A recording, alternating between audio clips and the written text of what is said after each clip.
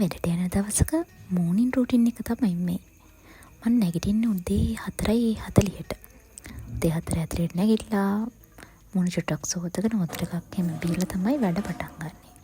මම කලින් දවසේ පහුවදාට උයන්න ඕන හැම දෙයක්ම ලෑස්ති කරලා කපලා කරලා තියෙන නිසා හරිම ලේසි. ෆ්‍රිජ් එකෙන් ටික අරගෙන උයන්න විතරයි තියෙන්නේ. මට උයන්න යන්නේ උඩරිම විනාඩි 15ක් විතර තමයි. එතකොට 5 වෙනකොට මම උයලා ඉවරයි. ඊට පස්සේ තියෙන්නේ ලෑස්ති වෙන ටික. ලෑස්ති වෙලා බත් එක එහෙම බැඳගෙන මම 5:50 වෙනකොට ගෙදරින් යන්න ඕන වැඩට යන්න.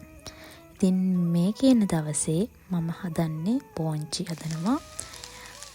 කලින් දවසේ බටුමුජු හදලා තිබ්බා. ඊට පස්සේ කට්ලට් එකක් හදන. මේ ටික තමයි අද දවසේ මෙනු එක වෙන්නේ. ඉතින් ඔයාලත් උදේ වැඩට යනවා නම් කලින් දවසේ මේ විදිහට ලෑස්ති කරලා තියෙන වැඩි. ඇත්තටම මෙහෙම ලෑස්ති කරලා තියෙනකොට හරිම ලේසි පොවදා වැඩ ටික කරගන්න. අනික අපිට කල්පනා කර කර ඉන්න දෙයක් නැහැ. මම සාමාන්‍යයෙන් කිරි එක බොන එක නතර කරලා තියෙන්නේ. හැබැයි මේ කියන දවසේ මට බෙහෙත් වගේක් බොන්න තිබ්බා. ඒක නිසා මම ෆ්‍රෙෂ් මිල්ක් ටිකක් තමයි මේ හදාගත්තේ. ඉතින් ගිහින් එන්නම්. බයි බයි.